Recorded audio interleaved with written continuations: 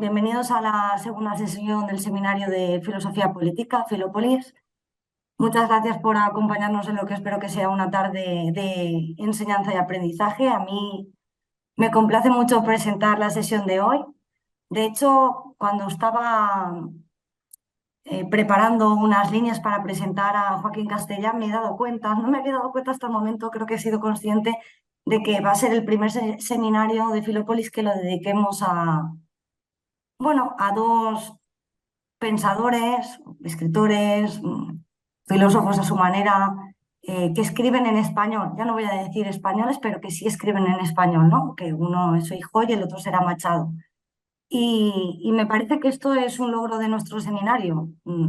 A veces salir un poco de los límites del canon ya establecido, como en este caso el canon de la Ilustración, y pensar o mirar hacia la Ilustración española e incluir en todas estas debates, en estas cuestiones y en estas reflexiones, pues también aquel pensamiento que se ha escrito en español y que puede, pues, formar parte de nuestra educación también.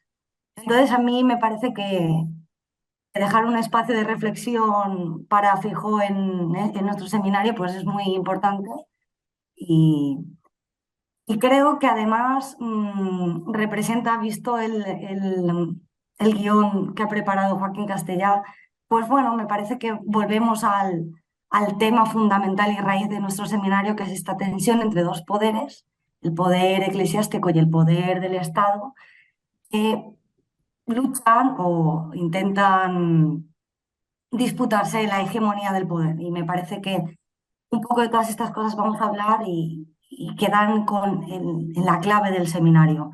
Así que le doy las gracias a Joaquín Castellá por haber aceptado la invitación.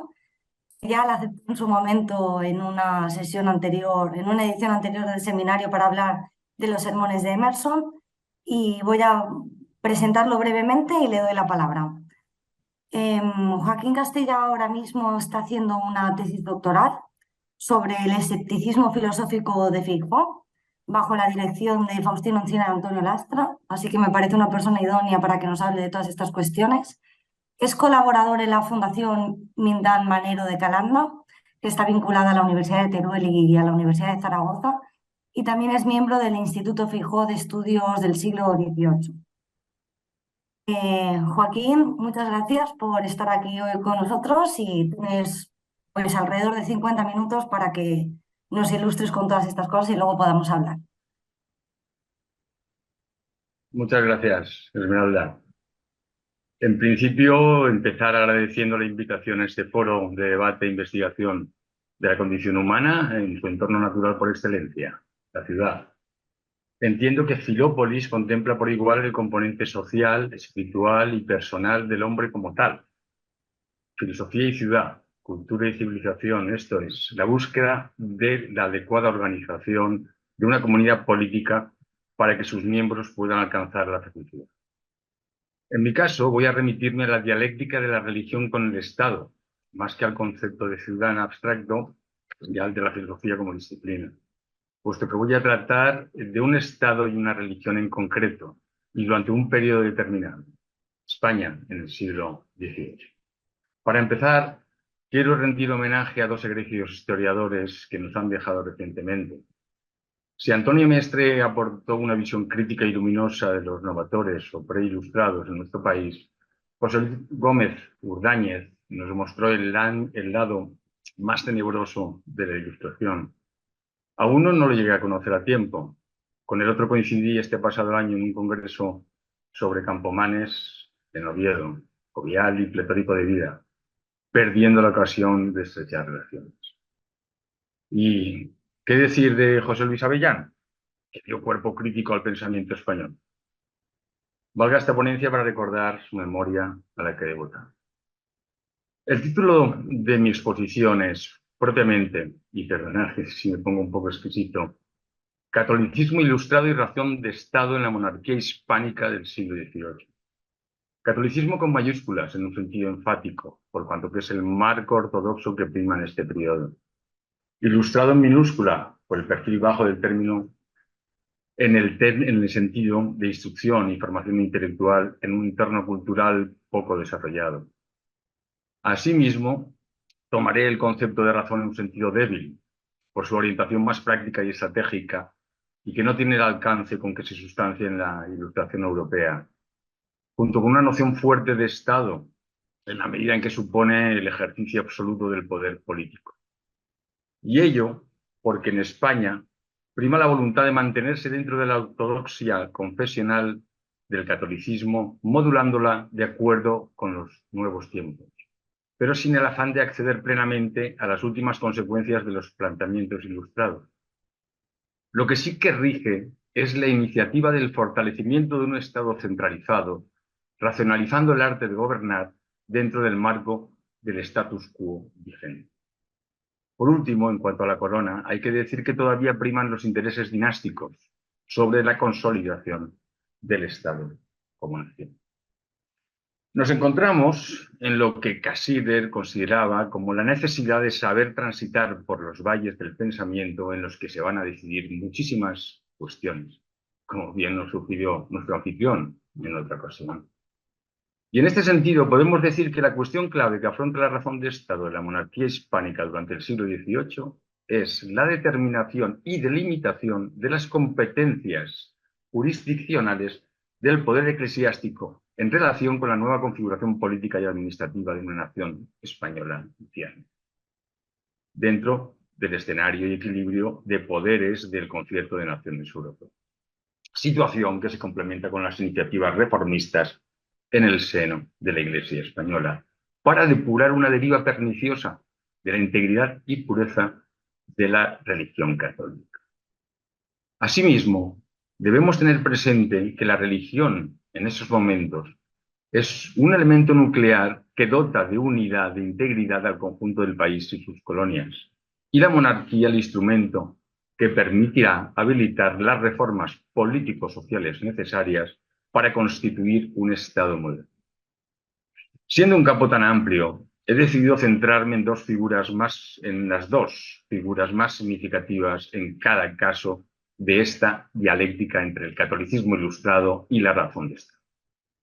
Por una parte, al polígrafo y benedictino Benito Jerónimo Feijoo, azote de los errores comunes y los abusos que se amparan bajo capa de la religión, y al jurista, por otra parte, y político Pedro Rodríguez Campomanes, el más eficiente hombre de Estado de la época. En un discurso que mantiene una continuidad de objetivos, ambos pensadores abordan desde dentro y en sus distintas posiciones cuestiones como la deriva supersticiosa y la devoción exacerbada del vulgo, la disciplina eclesiástica y la debida instrucción del clero, la organización interna de la Iglesia y su relación con un Estado cada vez más centralizado, personificado en la figura de la corona como eje vertebrador de las medidas reformistas. Feijoo supone, para el propio Campomanes, que lo admiraba profundamente y lo leyó profusamente, hasta el punto de preparar la edición completa de su obra, la figura ejemplar de lo que se podía considerar como el ideal del catolicismo ilustrado, por no tener ambiciosas aspiraciones a cargo alguno y llevar una vida austera, por mantenerse en el retiro prescriptivo de la disciplina de su orden, por ejercer una caridad y piedad bien entendida, por ser consecuente y responsable al cumplir la función social que le es propia al clero, habida cuenta de su implantación y ascendencia en aquellos tiempos, por desengañar al vulgo de errores comunes y supersticiones, tanto como de instruir e ilustrar a súbditos y nobleza, por mantenerse en las coordenadas de un evangelismo tolerante y aspirar a una experiencia religiosa genuina, ajena al boato exterior y sus manifestaciones estridentes, por sostener una ortodoxia indulgente en su firmeza, por desvincular el poder de la Iglesia del poder político y confiar el mando de todos los asuntos temporales a la figura que encarna el rey con sus ministros. Campomanes, en cambio, representa la personificación de la razón de Estado en el ejercicio del poder político durante la segunda mitad del siglo XVIII, puesto que, en palabras de Michel Lombard, en su persona coincidía el hecho de ser escritor de política y economía, de ser un escritor de política y economía prolífico e influyente, con su dilatada y estable permanencia en los primeros puestos de poder durante casi 30 años, de 1762 a 1791, y con intervención directa en las principales iniciativas gubernamentales. Si Feijóo fomenta un clima intelectual reformista, habida cuenta del éxito y alcance de sus escritos, Campomanes implementa las medidas políticas y económicas que las hagan posible, trazando la línea a seguir por cuanto pocas se materializaron. Todo ello con una disposición entregada a mantenerse dentro del ámbito de la ortodoxia y compartir una fuerte convicción religiosa sin entrar en ningún momento en asuntos doctrinales. Se puede afirmar que si Feijóo se debe al voto de obediencia de su orden, Campomanes a la fidelidad del cargo institucional y al imperio ineludible de los intereses. Pero antes, no podemos dejar de reconocer dentro del ámbito eclesiástico las iniciativas que contribuyeron al desarrollo de la historiografía crítica. Desde Juan de Mariana, que publicó la primera historia de España, y Miñana, que lo hizo de la Guerra de Sucesión, hasta Sáinz de Aguirre, que compiló las actas conciliares de la mano de Manuel Martí, mentor de Mayans, pasando por la obra de Nicolás Antonio, que compuso y publicó parte de la bibliografía de la literatura española, y cuya censura de historias fabulosas editó Gregorio Mayans después de pasar un calvario, cosa que no pudo hacer en vida. Otros personajes que contribuyeron a esta labor fueron Burriel y Pérez Bayer, realizando una tarea investigadora ímproba, la tarea investigadora ímproba de organizar la profusa documentación contenida en los archivos de Toledo. Por otra parte, la corriente de los maurinos franceses, vinculados a los benedictinos, fomentaron el cultivo en el seno de esta orden de las actividades intelectuales, lo que sería decisivo para la publicación de las obras. El padre Flórez, que compuso la magna obra de la España Sagrada y que influyó decisivamente en la orientación historiográfica que adoptaría Campomanes, en el sentido de favorecer la legitimación, sin dejar de lado el rigor histórico, del orden apostólico de la patria en un caso, y de avalar sus planteamientos reformistas con la defensa del ideal de la Iglesia visigoda y el preponderante papel para los obispos en el otro. No podemos olvidar el fuerte impacto que causó la obra del padre Isla, Fray Gerundio de Campazas, de 1758, sátira con la que intentó mejorar la vacua y engolada predicación de su tiempo, aunque acabara contribuyendo a alimentar la mala imagen de los miembros de las órdenes religiosas entre las clases populares. Hecho que contrasta con el discurso de Feijóo, que siendo contundente en esta materia, no dejó de mantener un tono amable e instructivo. Cabe señalar, como elementos a destacar que discurren a lo largo de todo el discurso sostenido por Campomanes, el sentido práctico y el realismo con que afrontan la situación económica del país y la incorporación de los nuevos conocimientos de la física y el método experimental para que faciliten el desarrollo de las artes útiles, industria y la náutica, por ejemplo, junto con la ya mencionada voluntad de poner orden en las cosas de la Iglesia para articular un Estado nuevo. Podemos afirmar, en frase feliz de Antonio Lastra, en otro contexto, que si Feijóo como educador no lo fue de su siglo, cosa que causó polémica en su momento, sí que lo es de Campomanes. Sí que lo fue de Campomanes, por cuanto son muchos los puntos de coincidencia en los motivos que tratan y en su argumentación. Hay que dejar constancia, asimismo, de que Campomanes asistía regularmente a la tertulia del padre Sarmiento en San Martín, Madrid. Y teniendo en cuenta que este era la ventana abierta de Feijóo al exterior, cabe pensar que tuvo conocimiento de primera mano de los asuntos más polémicos en torno a sus escritos, en torno a sus escritos allí se tratara. Si hay un texto que muestra el calado de la influencia de Feijóo en Campomanes, es el Bosquejo de Política Económica Española de 1750, cuando todavía Campomanes está madurando sus ideas y proyectos. Texto que comienza con toda una declaración de principios, sin duda compartida por Feijóo o tomada. Estela. La religión es el primero y principal punto de este estado, como que es la cosa más importante para la salud del género humano. Lo que constata el reconocimiento del relevante papel que se otorga a la religión en la formación espiritual del hombre y en la comunidad política en la que vive. Posición que será una constante en el pensamiento ilustrado español, cuyo empeño no se concentra en la liquidación de la religión, sino en su trascendental ahondamiento, fruto de la oposición entre formas de piedad y actitudes filosóficas.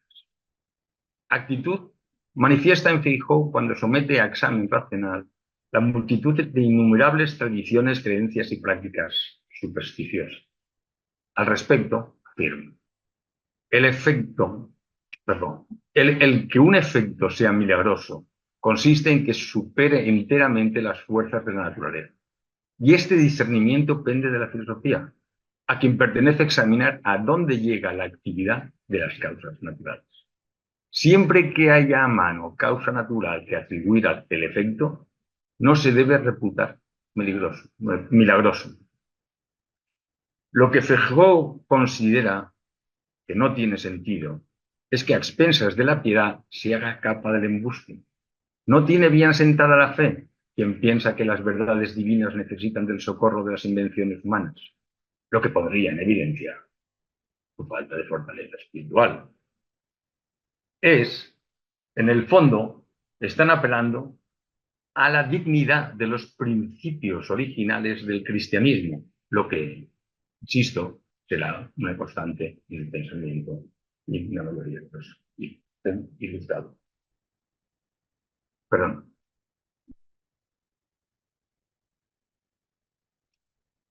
Comparten ese diario común que primaba la sobriedad, templanza y moderación debida al estado eclesiástico, y que remite a aquella desnudez evangélica que vimos a los apóstoles enseñados por Cristo y a la Iglesia al nacer, dice Campomanes en su bosquejo. Al tiempo que descalifican las manifestaciones externas aberrantes de ciertas celebraciones, procesiones y actos de devoción que han ido contaminándose de paganismo. Y así nos lo expresa Campomanes. El júbilo en estas fiestas, al principio de la Iglesia, fue interior, viéndose entonces en los primitivos cristianos mayor y más intenso ejercicio de las virtudes. Y de ahí se hizo exterior con algún mayor culto, que el profano vulgo convirtió en diversiones torpes suyas, a modo de carnes tolendas, viva representación de los gentílicos bacanales. Deriva de una religiosidad popular de la que Feijóo asume ser el abanderado en una feroz y contumaz crítica, y que Campomanes le reconoce siguiéndole de tal manera que incluso se expresa en los mismos términos, como en el caso de las prácticas impías en que incurren los que Feijóo llama sacerdotes indiscretos y Campomanes sacerdotes malhechores, aquellos que, aprovechándose de su condición de ministros de la Iglesia, engañan al pueblo ignorante por codicia o vanidad. Feijóo era consciente de que no se podía contar con ellos para desengañar al vulgo de sus vanas aprensiones o para evitar la práctica de un culto indebido rayano en la idolatría. Y es aquí donde las distorsiones y el efecto pernicioso de las creencias populares resultan sangrantes, puesto que si los que teniendo obligación a desengañar el vulgo tal vez son autores del engaño, entonces la podredumbre de la religión está servida. Otro aspecto relevante y susceptible de reformas es la necesaria renovación de la predicación, en la que ya se implicaron algunos novatores como Gregorio Mayans, siendo en su obra El orador cristiano meridianamente claro. Así nos lo expone Antonio Mestre. La verdadera oratoria cristiana consiste en exponer la palabra de Dios para instruir y exhortar, entrañando un afán de reforma moral, tarea esencial del predicador. La palabra de Dios no debe buscarse en las exposiciones escolásticas y ergoteos casuistas, sino en la fuente primera y original de la revelación, el estudio de la Sagrada Escritura y la lectura del Nuevo Testamento. mientras que el efecto de la predicación será mínimo si se mantiene el divorcio entre la enseñanza de la doctrina cristiana y la deficiencia práctica de la virtud que puede observarse en los predicantes. Feijóo, por otra parte, en su carta Algunas advertencias sobre los sermones de misiones, pone en cuestión la predicación de sermones apocalípticos que se prodigan desde el púlpito, considerando que el hecho de infundir miedo con dichas prédicas supone un abuso del púlpito, que ocasiona un severo perjuicio, agravando las enfermedades del alma del pueblo llano. El caso ejemplar de la siniestra interpretación de las Sagradas Escrituras queda expuesto en el discurso sobre la venida del Anticristo. Y nos dice: hasta los sagrados púlpitos se atrevió a subir esta patraña en las lenguas de predicadores temerarios que desahogaban su imprudente o fingido celo, aterrando con ello a sus oyentes. En cambio, el Padre Maestro estima en sus advertencias que la función propia de los sermones es impartir la sana doctrina de los evangelios. En lo que Feijóo quiere poner énfasis es en lo provechoso del trato cordial y misericordioso, del ejercicio de una predicación amable, convencido de que la predicación por estos medios es de mayor utilidad, y no solo para Dios es más grato, también para el hombre más. Campomanes contemplará la necesidad de la renovación de la predicación de un modo más práctico, teniendo muy presente en este aspecto la función social del clero. Comparte con Mayans la renovación de la oratoria sagrada en el marco de una teoría pastoral ilustrada, destacando la importancia del párroco en aquella sociedad. Se remite a las disposiciones del Concilio de Trento en esta materia, cuando propone la creación de seminarios conciliares para la adecuada formación de la clerecía. En el bosquejo nos hace mención expresa del que llama doctísimo crítico español Feijóo, cuando habla de que el remedio sería señalar estudios necesarios para el sacerdocio, como son gramática, artes y la teología escolástica dogmática, que sin separarse de la práctica de las escuelas de España fuese más instructiva. Habían de tener 6 meses de probación y todos habían de ponerse en estado de poder predicar la palabra divina para que nuestro clero todo fuese uno. Pero la postura de Campomanes tiene más alcance y es más ambiciosa, como bien refiere Concepción de Castro. Con su predicación y labor diaria, sobre todo en las pequeñas comunidades rurales, el párroco podía transmitir las directrices del programa ilustrado a los feligreses, fomentando con ello la actividad agrícola, manufacturera y educativa entre ellos. O podía, por el contrario, mantenerlos en una actitud independiente e incluso hostil hacia los criterios del gobierno, lo que tendrá su recorrido tras el motín de Squillace. Aquí también se vislumbra los temores de Campomanes, mostrándose tan escéptico como Feijóo en la reforma y regeneración de los cuerpos eclesiásticos, sobre todo de los párrocos y el clero menor, si no se tomaban las medidas adecuadas desde las instancias eclesiásticas superiores. Manifiesta su desconfianza hacia el bajo nivel de formación de muchos de estos religiosos y, por consiguiente, hacia sus contactos con el pueblo.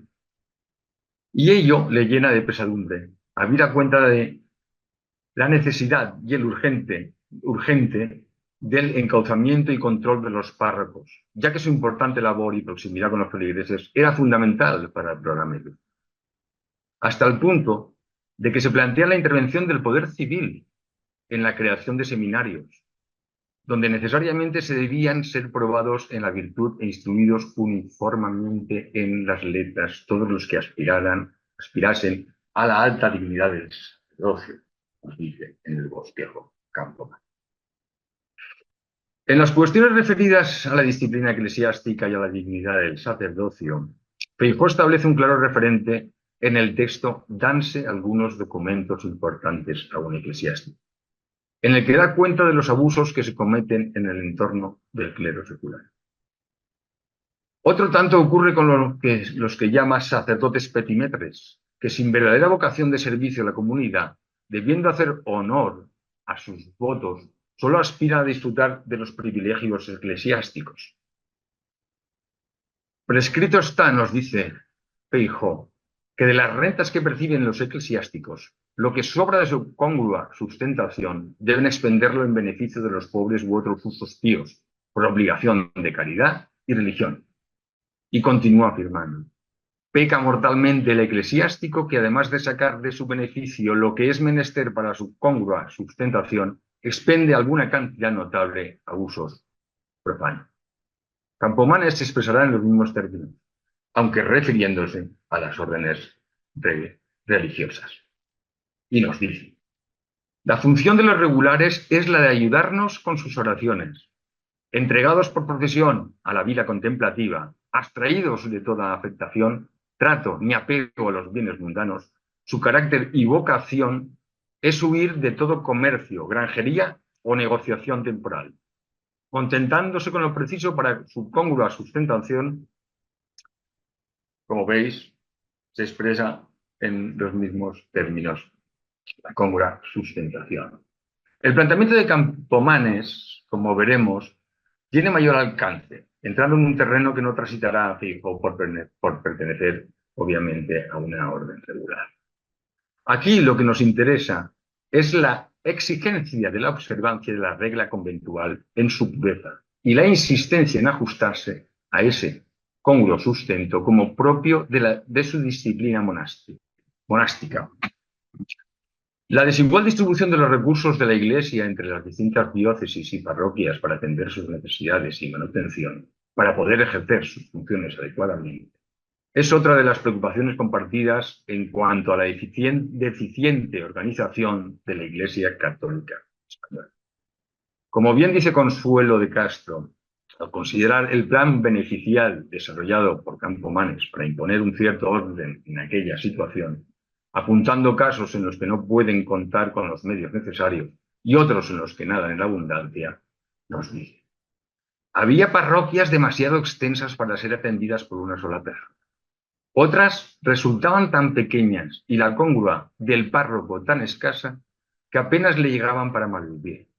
Consideración que va en la línea con lo que sugiere Feijó en la mencionada carta a un eclesiástico. No se puede tomar la medida a la costumbre en orden al gasto de los eclesiásticos por la gran discrepancia que hay en esta materia de unos y otros. El lujo de los eclesiásticos tengo entendido que es mayor en otras provincias más opulentas o menos necesitadas. En cuanto al papel y la responsabilidad de los obispos como fuente de autoridad, Feijó considera el orden episcopal como los verdaderos príncipes de la Iglesia, garantes de una sana doctrina, órganos por donde explica su mente la Iglesia romana.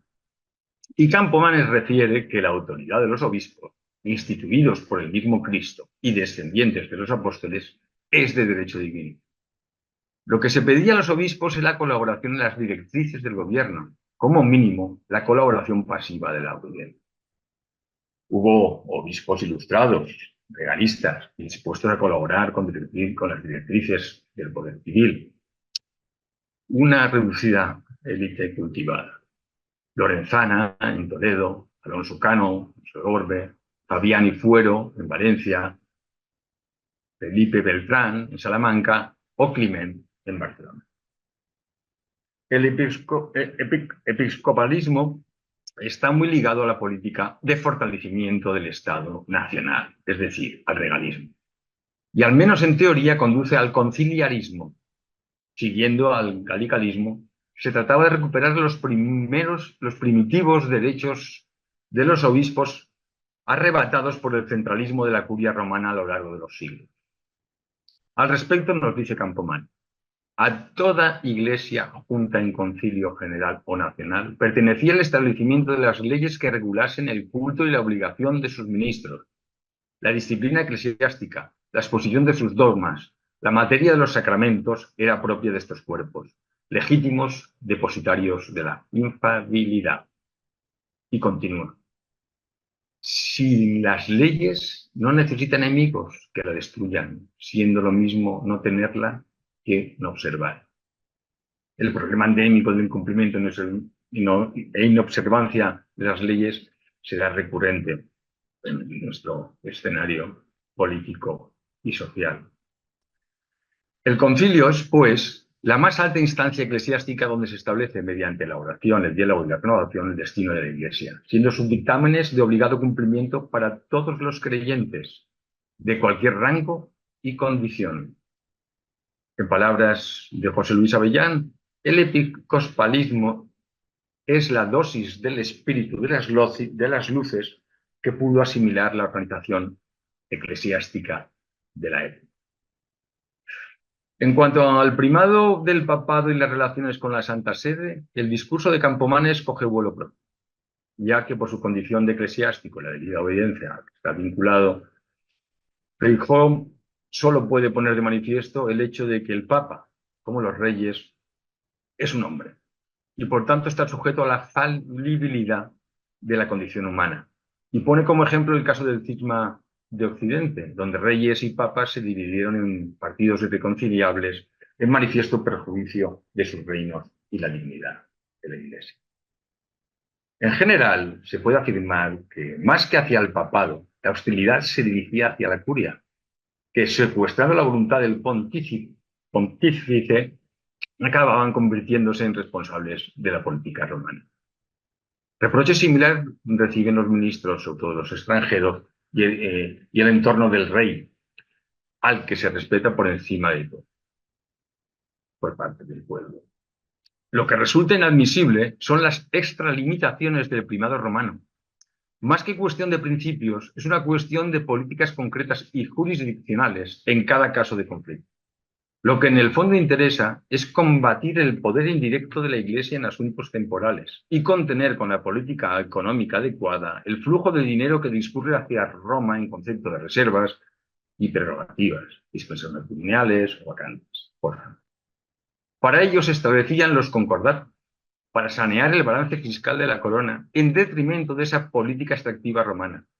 Y aunque casi todos resultaron fallidos por incumplimiento, el Concordato de 1753 supone un avance en esta materia. Como bien señaló José Luis Gómez Urdáñez en el Congreso de Oviedo, la controversia entre la corona y el papado es la clave de la Constitución modesta, en los términos en que no resultaba admisible para una monarquía absoluta contener dentro de su propio Estado otra instancia que actuara. Pues bien, hemos visto hasta aquí la continuidad que se desprende del discurso de Feijoo y Campomanes en esta materia, con un sesgo marcadamente institucional y en una línea que este último va llevando hacia posiciones cada vez más exigentes, sobre todo en política, contando con la economía como el instrumento adecuado para acometer las reformas. Aquí entramos en el regalismo como la teoría y proyecto político por excelencia, que no ideología. Justo debate e intenso tuve al respecto con los historiadores. Digo, teoría y proyecto político del despotismo ilustrado. Esto es, los derechos inalienables de la corona por mantener todas las prerrogativas en los asuntos temporales que atañan a sus dominios y el derecho a supervisar las cuestiones espirituales que afecten a sus competencias. Hablamos del place regio, o más bien del exequatur, como derecho irrenunciable de la corona a la designación de los prelados y la supervisión de las bulas papales que pudieran afectar a sus intereses. La reforma de las órdenes regulares y la modulación de las exenciones fiscales de que disfruta las actividades económicas y propiedades de la Iglesia será un asunto también de lo más relevante. Esto no era nada nuevo y podemos citar como antecedente la embajada de Chumacero con los Austrias bajo el reinado de Felipe IV y al obispo Solís con su dictamen sobre los abusos de la corte de Roma de 1709, que sorprendió al propio Mayans por su contundencia. Sin entrar en ello, diremos que el regalismo de Campomanes y las tensas relaciones de la monarquía de Carlos III con el pontificado y la Iglesia española sería uno de los aspectos más controvertidos y polémicos del siglo XVIII. Origen tal vez de políticas laicistas, anticlericales y desamortizadoras que se llevarían a la práctica en el siglo XIX. Más nos interesa apuntar hacia la oposición antirregalista que constituyeron la Inquisición y la Orden de la Compañía de Jesús, los jesuitas, brazo del poder papal dentro de la Iglesia española y del propio reino. En cuanto a la Inquisición, ya Feijóo criticaba los excesos de ciertas prácticas, como la tortura, denunciando su inutilidad en la obtención de la verdad. Y en una línea en la que coincide con Campomanes, se cuestiona su falta de justificación al suplantar funciones propias de los poderes temporales.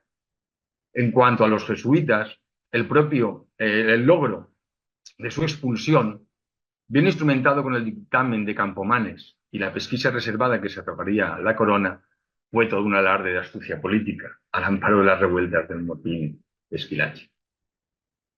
En definitiva, Campomanes, como máximo representante del regalismo, tal y como hiciera Feijóo en otro sentido, exige la separación meridiana del ámbito de lo temporal y de lo espiritual como condición inexcusable para construir un Estado moderno, en línea con las otras naciones europeas, combinando a las más altas instancias eclesiásticas a no entrometerse en cuestiones políticas y en moderar sus actividades económicas y sus posesiones a las estrictas necesidades para el desarrollo de sus funciones dignamente.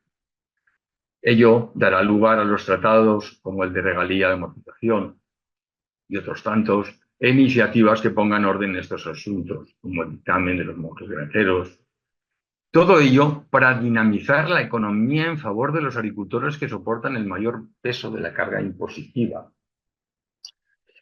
Y aquí nos refiere en su bosquejo Campomanes. El pueblo, ocupado en ejercicios útiles a la República, la hace florecer, puede ayudar a su rey en caso de urgencia. Hay menos pleitos, cuanta menos necesidad, y en una palabra, para ser rico el monarca es necesario que lo sean los vasallos. Aquí quisiera incidir en el concepto de utilidad pública, que en Feijóo adquiere sellos humanistas, puesto que más que utilitarista, aquí tengo una disputa con José Luis importante, en el sentido instrumental del término, esto es, de servirse de cualquier medio eficaz para conseguir un fin particular, se trata de un planteamiento pragmático que atiende al objetivo del bien común y a la vida buena, con los medios que están al alcance en cada situación concreta. Útil sería aquello que contribuyera a crear las condiciones para mejorar la situación de los distintos miembros de la sociedad y poder así coadyuvar su edificación moral desde una posición que la haga viable. Porque sin pan, poca lectura vamos a tener. En el marco estrictamente político, apenas señalar la impronta de lo que los filósofos llamamos realpolitik, la dimensión práctica que recorre todo el discurso de ambos autores.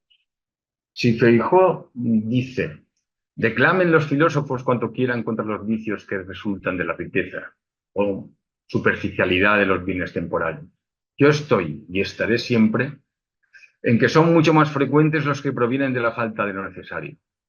En la dedicatoria al rey Fernando VI. Campomanes despliega toda una suerte de nicomedismo, esto es el arte legítimo del disimulo en política, o una suerte, insisto, de maquiavelismo encubierta. Nicomedismo, digo, tanto en el ejercicio de sus funciones políticas, económicas, como legislativas, e incluso en sus planteamientos teóricos. ¿Cuándo define el concepto de Estado continuo en su bosquejo? Como un Estado que no está ni en paz ni en guerra, sino en su elemento, tal y como se manifiesta en la cruda realidad, en un juego de equilibrios inestables de las instancias de poder internas y los controvertidos enfrentamientos transnacionales, y que exige un gobierno firme ante una realidad cada vez más compleja. apuntar al respecto, aunque no abundaré en ello, la lectura que hace Feijóo de Maquiavelo. Es sorprendente cómo reconoce el hecho de que está Maquiavelo dando cuenta estrictamente de la realidad que vive, sin ningún afán eh, sin un afán, digamos, tendencioso que tanto se le imputó. Y la defensa de Pedro I de Prusia frente a un soberbio Luis XIV, junto con la admiración que por otra parte generó la figura de Federico II de Prusia en Campomanes y todo su entorno. Este rey fue ejemplar, fue antes que rey filósofo y rompió en sus dominios con la orientación dinástica de los gobernantes, esto es, el derecho de sangre o familia, introduciendo el concepto de servicio al Estado. Acabaré con la sugerencia de Apolis, es francés, no lo pronuncio bien, citada por Avellán, que nos habla de una truncada tercera vía del catolicismo ilustrado, que siempre se mantuvo dentro de la ortodoxia, entre el ultramontanismo recalcitrante y las corrientes jansenizantes como cajón desastre de las supuestas tendencias heréticas. Hay que incidir en que a todo aquel, y sobre todo por parte de los jesuitas, que no se atenía a su doctrina, era calificado de jansenizante.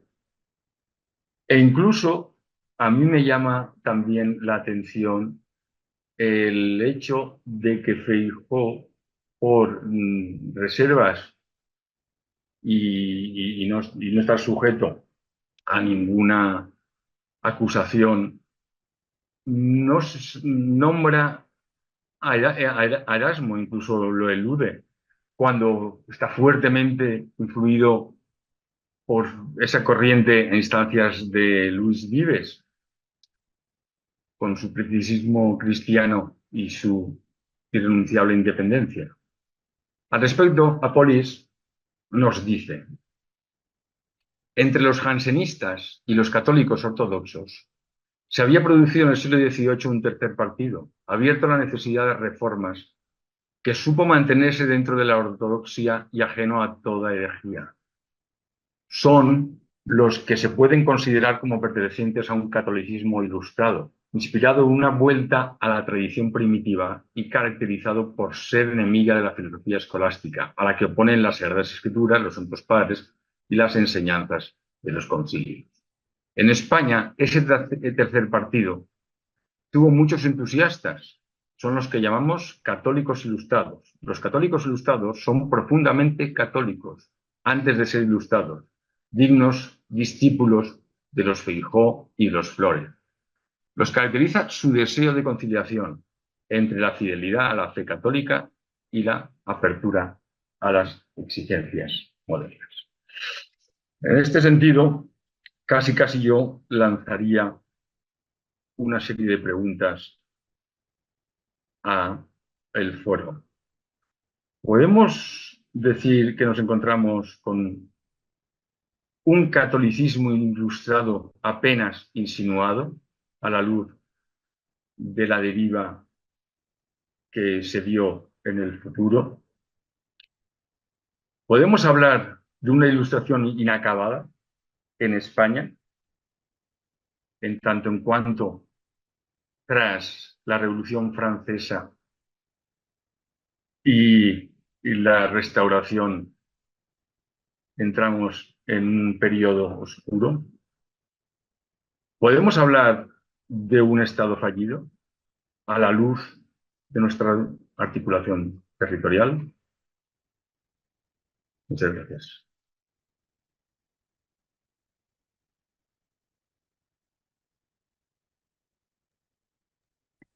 Muchas gracias, Joaquín. Bueno, vamos a empezar el turno de palabras o comentarios. Nos has lanzado ya algunas preguntas para que pensemos, que no sé si tú tienes respuesta para ellas o creo que Antonio, Sí, sí, mientras vamos pensando, porque no solamente las preguntas que ha lanzado ahora, sino parte de la exposición.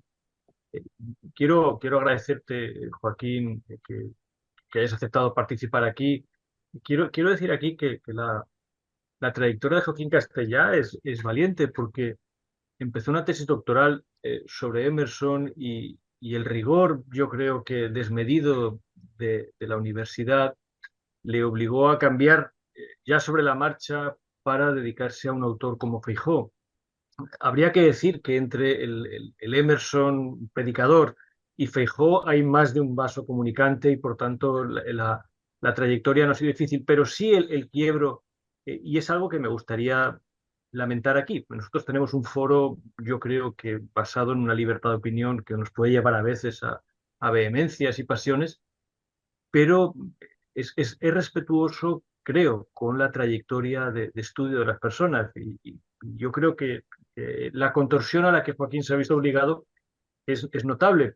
Pero bueno, en la idea de que se ha puesto a trabajar, en fin, parece que el trabajo está dando sus frutos y te lo agradezco. Yo tengo sobre todo una pregunta, ¿no? No voy a entrar en las que has lanzado al final porque nos llevaría demasiado lejos, pero es precisamente esas preguntas de donde nace la mía. La exposición que has hecho es histórica, es rigurosa, describe una situación como es la del siglo XVIII.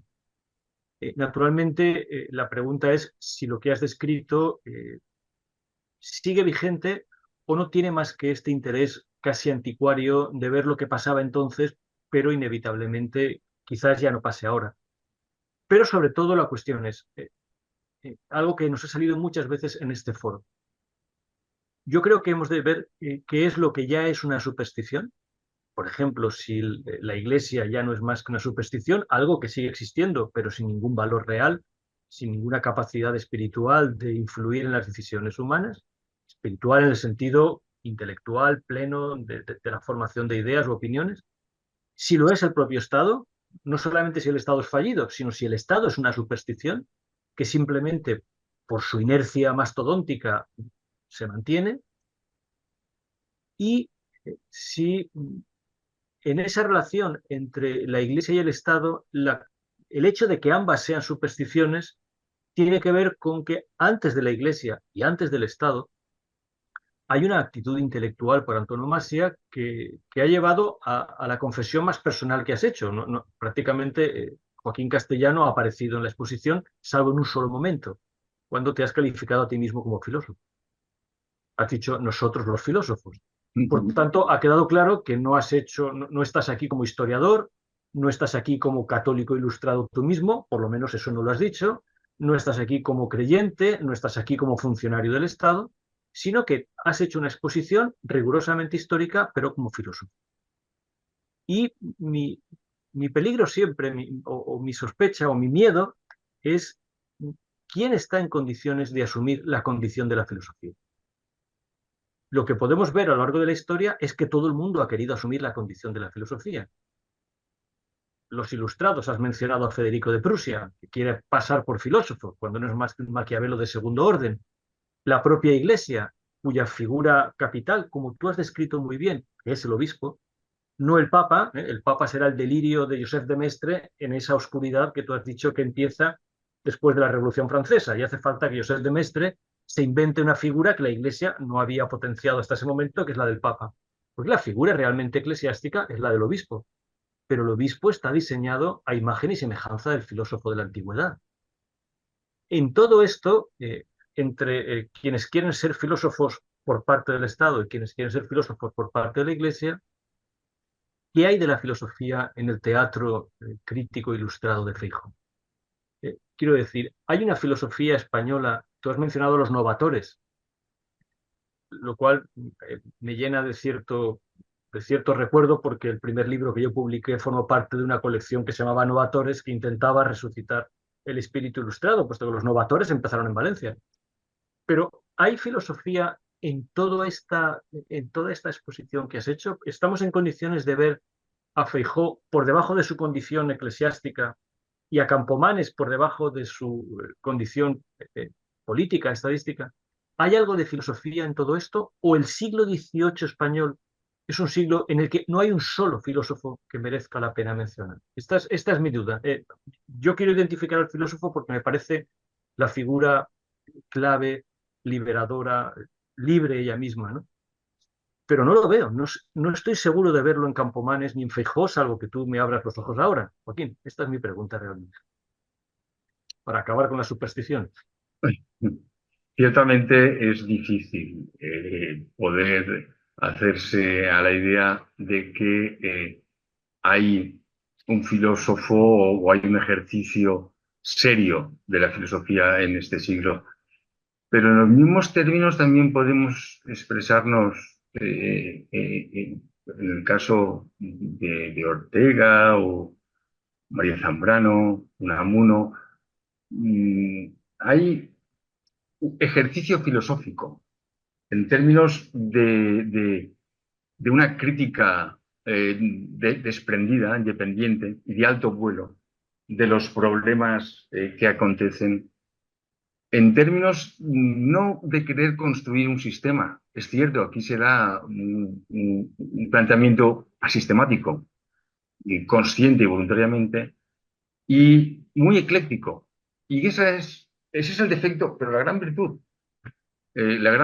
de querer coger, y en esto insistía mucho Feijóo, los elementos más valiosos, e incluso de los herejes, de los considerados como herejes. De ahí hizo valer su tolerancia en todos los ámbitos, que tenía que haberse también trasladado al ámbito de las convicciones religiosas. Entiendo que filosofía con mayúsculas es poca la que se despliega durante este periodo. Pero al mismo tiempo entiendo que la propia filosofía debe de bajar a un terreno más modesto.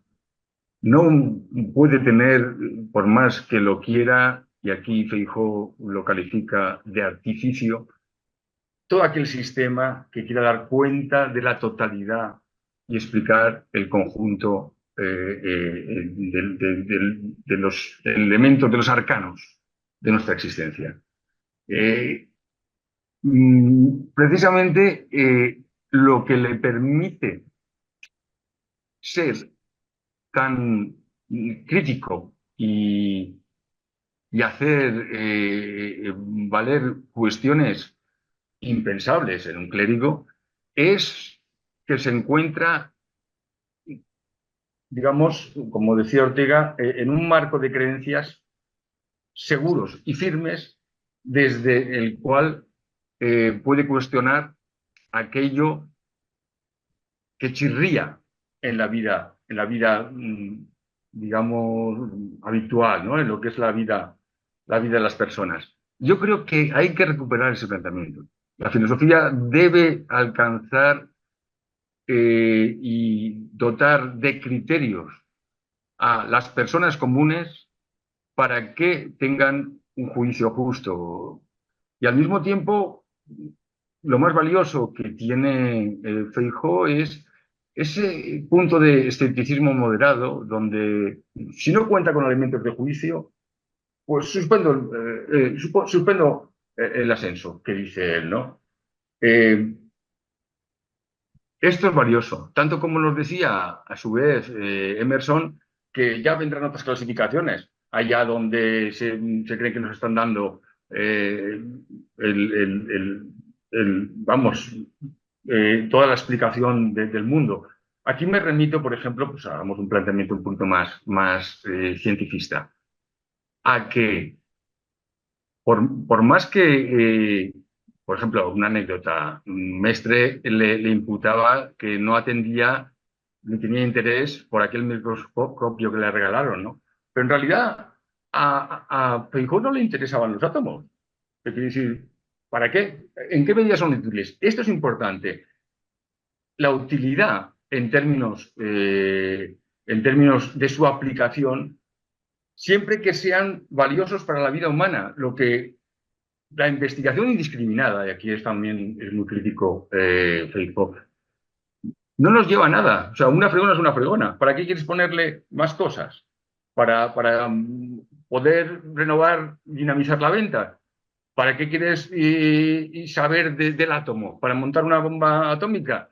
O sea, te quiero decir, hay que ponerse límites, ¿no? Y ahí, pues, enlazando con Hazard, ahí teníamos que marcarnos una especie de frontera donde exigiéramos una demostración moral de los inventos antes de que salieran a comercializarse de alguna manera. ¿No? O sea, te quiero decir, es aquello de que eh,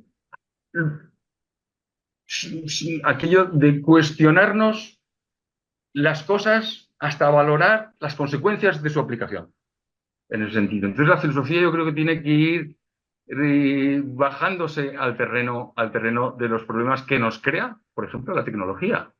Las fake news es la superstición de la era digital, a todas luces. O sea, creamos verdaderas atrocidades que nos creemos simplemente porque está mediatizado por un sistema de información que nos penetra. Esto es lo que yo podría decirte al respecto.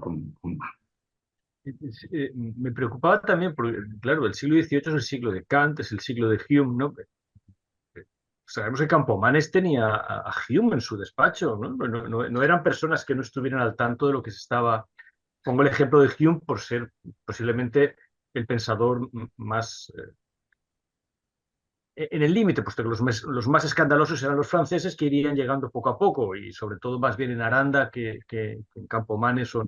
Pero claro, ante un siglo XVIII que da figuras como la de Kant, que ha empezado con la Ilustración desde Spinoza, que está dando en Francia todo el movimiento enciclopédico.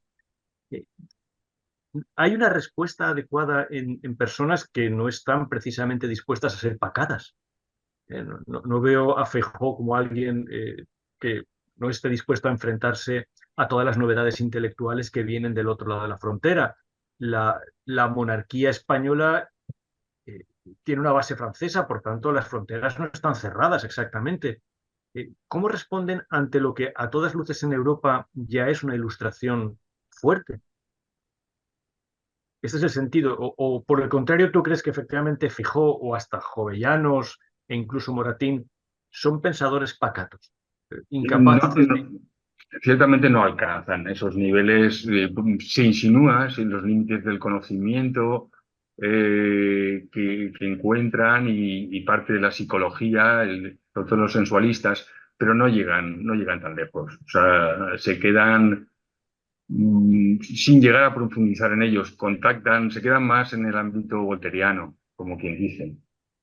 Entiendo yo, no lo alcanzan, evidentemente. Hay más manos, Joaquín, no quiero... Creo que está... A mí Esmeralda. no Luis me sale Balairón había ninguna levantado la mano. mano, ¿no? A mí no me sale, no sé. No, no hay ninguna mano levantada aún. Luis, ¿habías levantado la mano o me he equivocado yo? Hay alguien. Sí, Luis Balairón y Antonio sí. Muñoz. Vale. Pero, sí, Sí, sí que había levantado la mano. vale, no Vale, pues me había Luis, parecido verlas. Adelante, vaya, a por mí no favor. me ha Muchísimas saltado. gracias, Joaquín. Muchas gracias, Antonio. Yo me atrevo a expresar en la comodidad que dan nuestros encuentros y con las disculpas previas por un posible mal uso de los vocabularios históricos. Tengo una idea creciente de que no hemos incorporado bien la ilustración, de que al margen de la talla que puedan haber tenido los pensadores que hoy nos has presentado, los procesos ilustrados han sido vencidos y deberíamos asumirlo. Eh, en la creación de la identidad moderna de un pueblo como el nuestro, como cualquier otro, si esos procesos constitutivos de sociedad que se plantean nuevas cosas triunfan pensamientos antiguos, nunca de manera clara y lineal, pero digamos que lo que se llama mundo antiguo no se hace a través de una crítica una traslación o una transformación a un mundo moderno, ambos con sus patologías y con sus virtudes y defectos. Lo que tenemos son unos estados que se plasman en constituciones que probablemente se han creado con palabras, en el sentido de que están copiadas, están inspiradas, pero no están asumidas. Yo veo eso porque veo fallos, por ejemplo, en los talantes democráticos, y veo fallos de talantes de eso que podríamos, o que yo para mi vocabulario personal llamo talante democrático, y los veo muy similares. No es que la izquierda y la derecha sean iguales o cualquier otro matiz político, sino que hay hábitos de país que se ven hasta en una tertulia de bar, pues que son distintos a los de los países como Francia. No digo que Francia sea perfecta, pero hay un respeto en los diálogos, lo he visto mucho en la universidad, hay una libertad en el uso de la palabra. Yo no creo que nosotros seamos más torpes, pero en general hay poca participación en los diálogos universitarios. Y yo, que no tengo una admiración pacata y entregada, pero he visto un grado de participación de alumnos y un tipo de debates en televisión, incluso que no tienen el nivel de un debate académico, pero si habéis visto debates en Francia de programas que había de filosofía, lo que sí que veía era una especie de libertad en el uso de la palabra, una habilidad también en el propio uso de la palabra, porque igual está vinculada al propio proceso educativo.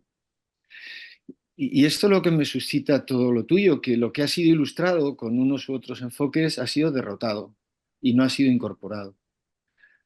Me hace pensar también a veces cuando surge el problema del catolicismo, claro, pero el católico francés con un Maritain que escribe parte de los derechos humanos, pues ¿cómo lo vas a comparar con un catolicismo nacional español que formalmente ha sido casi contrario a los derechos humanos? Por más que esos derechos tengan un arraigo en el cristianismo bien fácil. Y una iglesia que vulnera sistemáticamente lo de a Dios lo que es de Dios y al César lo que es del César, porque parece que su ideario es el contrario. Entonces, lo que nos has expuesto hoy tan brillantemente, pues lo que muestra es que de alguna manera eso ha sido derrotado. Esta era la reflexión que quería hacer y con la espera de generar otras reflexiones. Evidentemente, Luis, hay una notable regresión. Apenas se insinúa como un destello esta ocasión que se nos brindó en el siglo XVIII. Por eso a mí me llama tanto la atención el siglo XVIII, porque es, digamos, como una célula donde podía haber germinado una semilla, donde podía haber germinado y evolucionado todo nuestro desarrollo cultural de otra manera. ¿Qué duda cabe de que después, precisamente, el rey que servía, la monarquía que servía y era el fiel de la balanza con sus dotes de mando de las transformaciones frente a una iglesia muy estrecha, fue el que se alineó precisamente con la propia iglesia, ya manteniendo y sosteniendo un retraimiento de la posible evolución de estas corrientes. Ya en el propio motín de Esquilache, el rey Carlos III, que fue el adalid de todas las transformaciones y reformas más significativas, se asustó y se retrayó, remitiéndose a Aranda y a los nobles. En este sentido, los que llamaban manteístas o golillas, sí, precisamente fueron los que participaron en mayor medida en todas estas transformaciones, y fue una forma por parte del monarca de quitarse de encima la presión de la nobleza. Precisamente la nobleza es un estamento que nadie quiere tocar, porque se concebía como constitutivo de la propia monarquía y porque de algún modo quien aspiraba, viniendo de una extracción más humilde, a tener un cargo, luego acababa concediéndosele cierto reconocimiento señorial y nobiliario, como es el caso del conde de Campomanes, conde de Floridablanca, en este caso.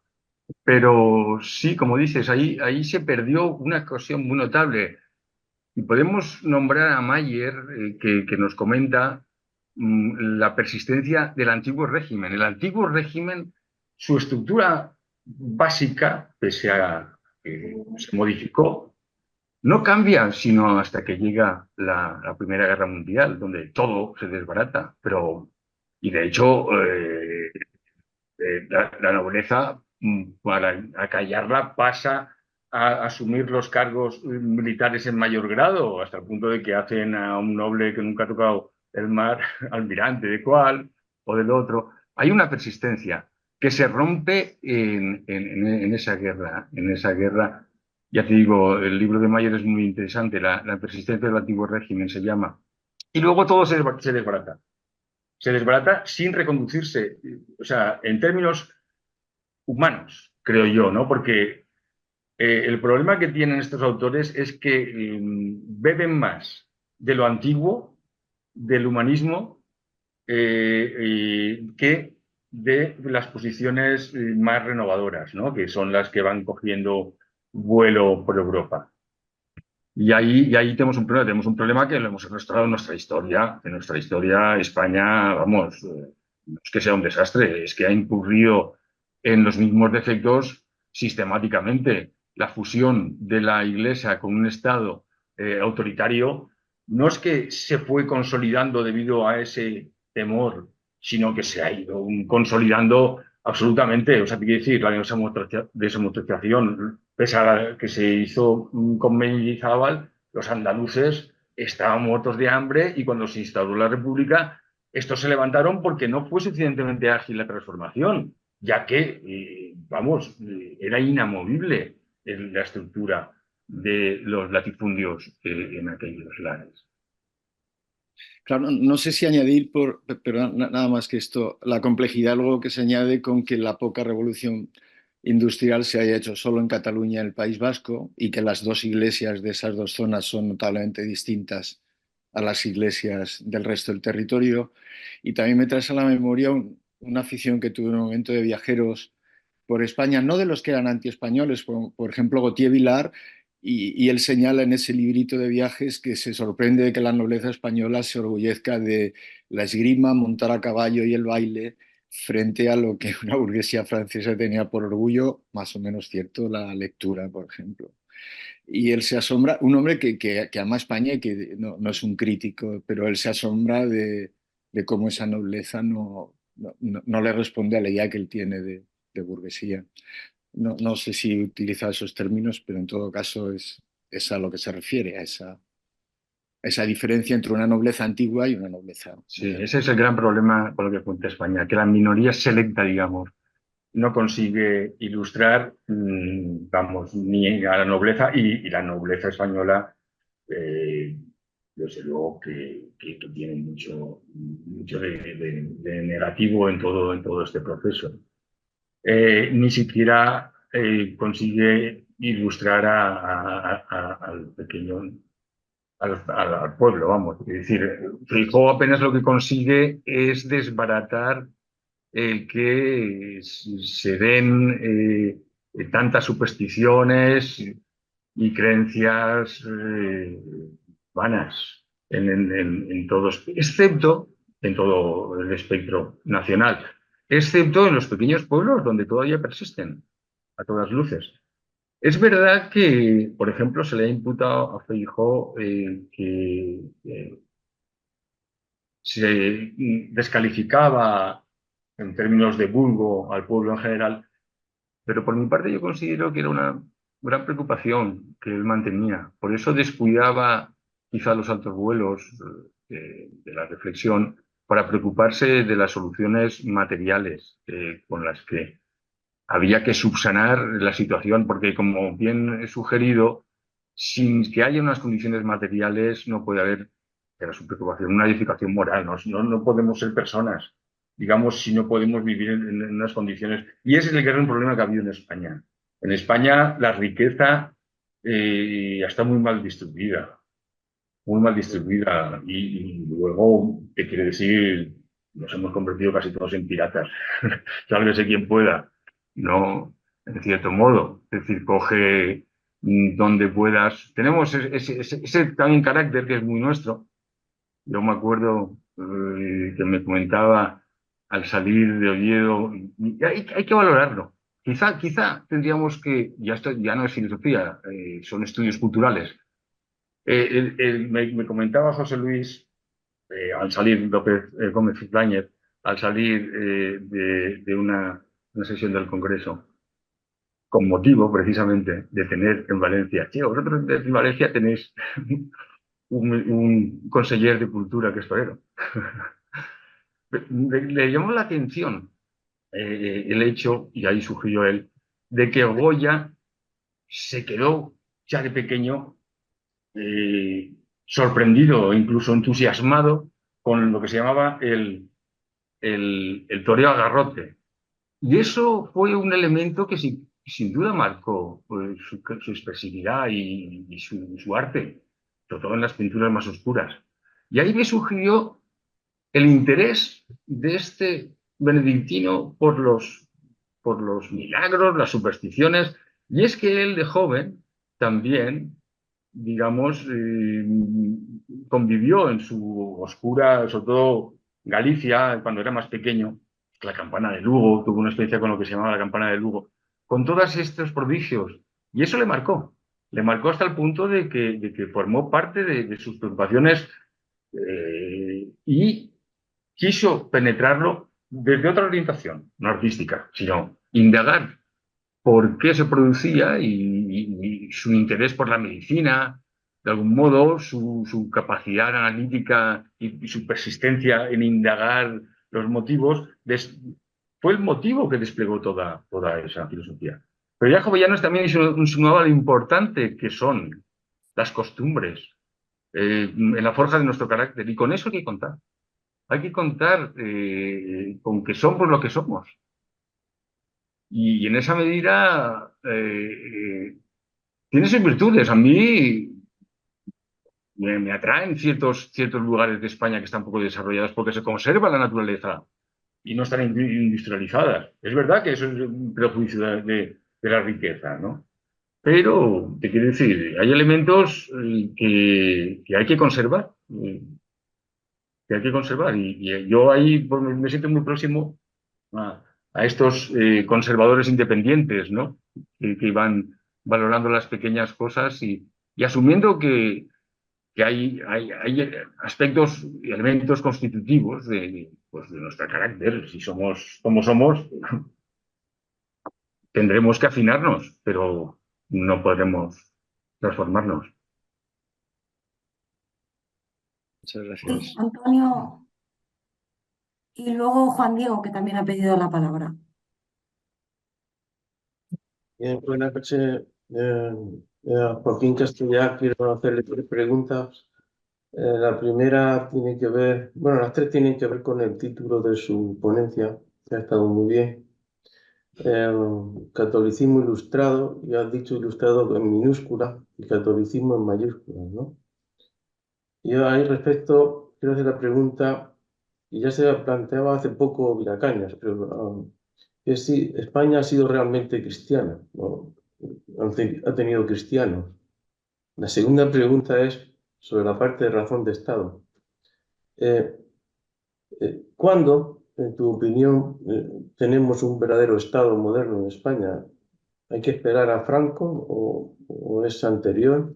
Entonces, si es Franco el fundador del Estado moderno en España, ¿qué sabemos del catolicismo, ¿no? Del catolicismo de Franco? Porque parece ser que era ¿no? Tenía el brazo incorrupto en su habitación, ¿no? Con doña...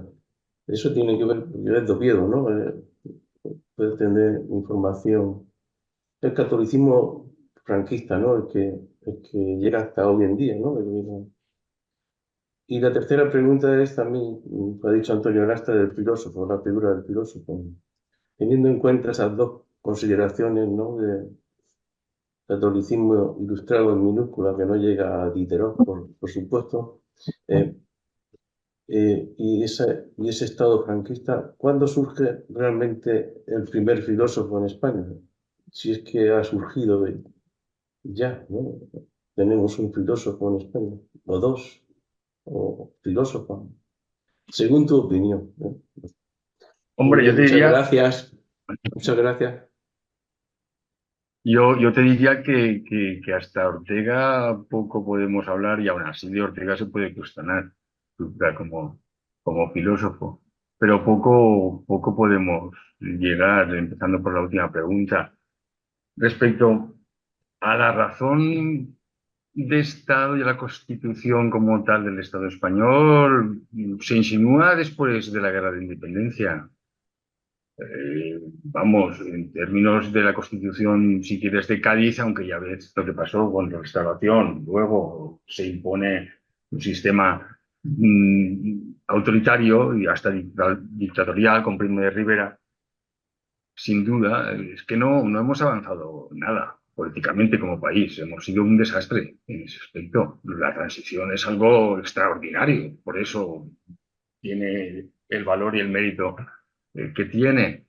Y el catolicismo sí, el catolicismo se echó a perder su enlace o las riendas del cristianismo, lo fue perdiendo como todo organismo que se construye como institución se va pudriendo como un organismo natural, se va corrompiendo de alguna manera y no se regeneró, al contrario, se remitió, se acogió a la autoridad con más ímpetu, siendo la autoridad después de Fernando VII cada vez más recalcitrante y cada vez, digamos, más persistente en las condiciones del antiguo régimen. Así lo entiendo yo. Pero vamos, no quiero yo meterme en el tema de la filosofía española, porque aquí Esmeralda quizás nos pueda corroborar si antes de la figura de Ortega se puede considerar a alguien como tal, filósofo. Es cierto que nosotros estamos por los llanos del pensamiento, ¿no? Pero son muy valiosos esos llanos del pensamiento. En el sentido de que la gran filosofía tampoco, digamos, tiene mucho recorrido.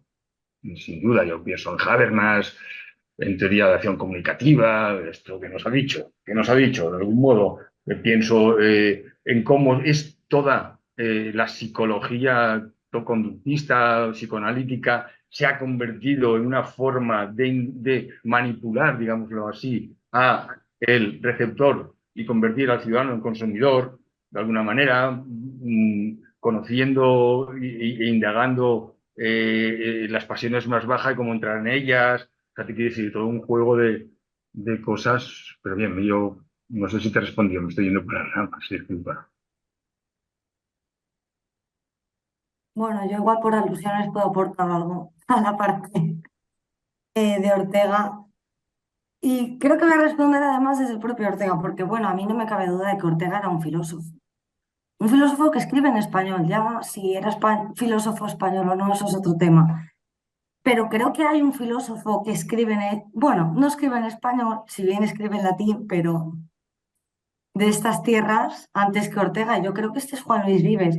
Y a mí no me parece mm, casual que Ortega, en una circunstancia como el exilio, aquellos filósofos o aquellos intelectuales o pensadores o escritores a los que recurre para apoyar su pensamiento en una época pues donde está fuera de España, supuestamente dice que iba a guardar silencio, pero luego tampoco guarda tal silencio.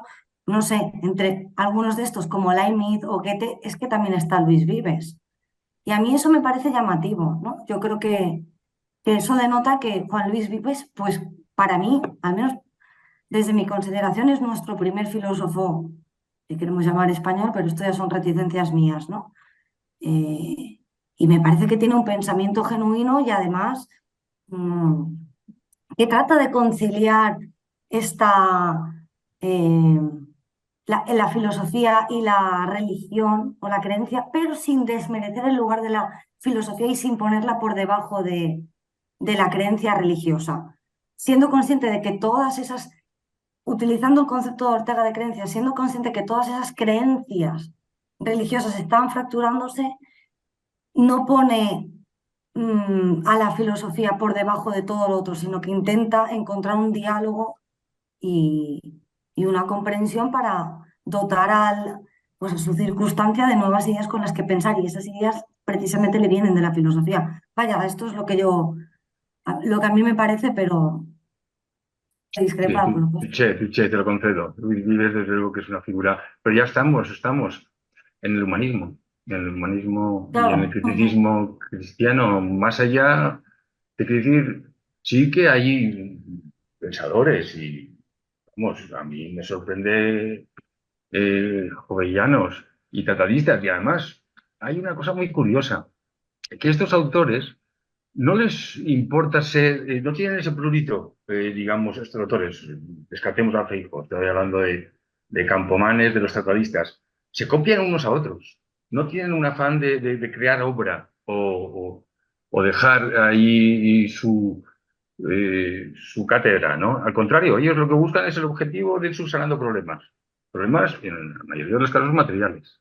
Pero sí te lo concedo. Vivibles, sin duda. Que a mí esto, por apuntar una cosa, ya le dejo a Juan Diego y luego a Antonio. A mí esto siempre me hace pensar por qué no tenemos más filósofos que hayan escrito en español, ¿no? Porque, bueno, podríamos preguntarnos si Unamuno forma parte de esto. Quizás Unamuno hace otra cosa, con una forma más literaria o... No lo sé, es un filósofo Unamuno. Lo Es dejo cierto ahí, que Unamuno no lo sé. sí que tiene atisbos y tiene un calado profundo en las reflexiones que plantea. Quizá lo de filósofo tenga que ver con el crear una doctrina pues, como la kantiana, que dentro de que no es un sistema cerrado, sí que acota todos los campos de los que trata. Nosotros, y en el caso de Unamuno, sobre todo, somos muy dispersos. Y ahí quizá el apelativo no resbale. Entiéndelo. Bueno, yo creo que este tema cuando hablemos de Machado nos va a volver a salir, porque yo voy a hablar de Machado como filósofo. Así que, Muy bien, muy bien. Y Juan Diego, el escepticismo también lo vas a tratar, que será una sí, novedad para mí en intentaré. Machado. Juan Diego, o bueno, Antonio, no sé si has levantado la mano Bueno, por sí, alguna cosa. yo una Bueno, cosita que ha quedado sí. sobre Franco. Yo perdona que insista en Franco, en el Estado franquista y su catolicismo. ¿Cómo lo ves tú? Si era ilustrado su catolicismo o era ilustrado en minúscula o no tenía nada de ilustrado.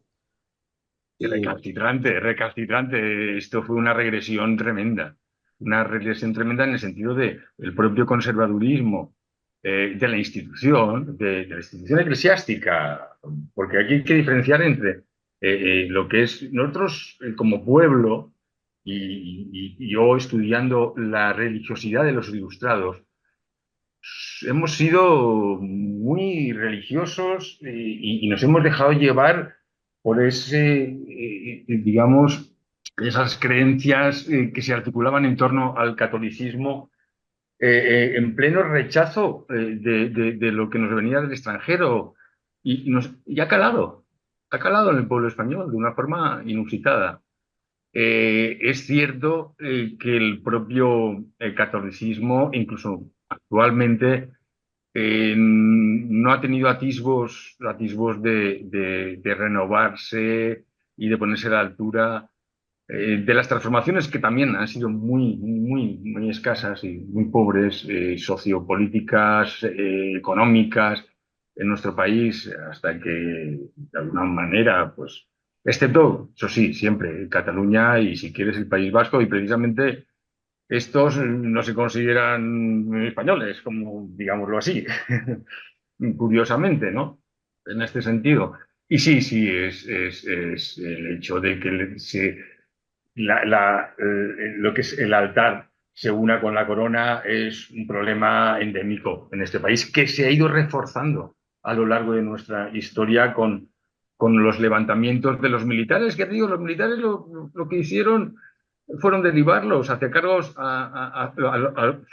fueron los nobles los que asumieron esos cargos y se fue consolidando, digamos, la complicidad y connivencia entre el sector militar y el factor religioso, la institución religiosa, ¿no? Y eso fue siniestro para nuestro país y, vamos, la Iglesia al día de hoy se está echando a perder. Sí que hubo un atisbo muy curioso durante el periodo republicano en el que algunos párrocos, porque los que sí que se fueron regenerando, y esto es un mérito de la labor que en su momento hizo Feijóo, fueron algunos párrocos de clero bajo, ¿no? Como quien dice. Y estos que ayudaban al pueblo en plena, que se entusiasmaron y que los instruían y demás, ahí hubo un atisbo, ¿no? Pero vamos, eso es simplemente un pequeño destello en todo este mar de oscuridad. Entiendo yo. Pero sí, desastroso lo de Franco, fue desastroso. Desastroso, no lo de Franco en sí, claro, fue un levantamiento militar, sino cómo se alineó.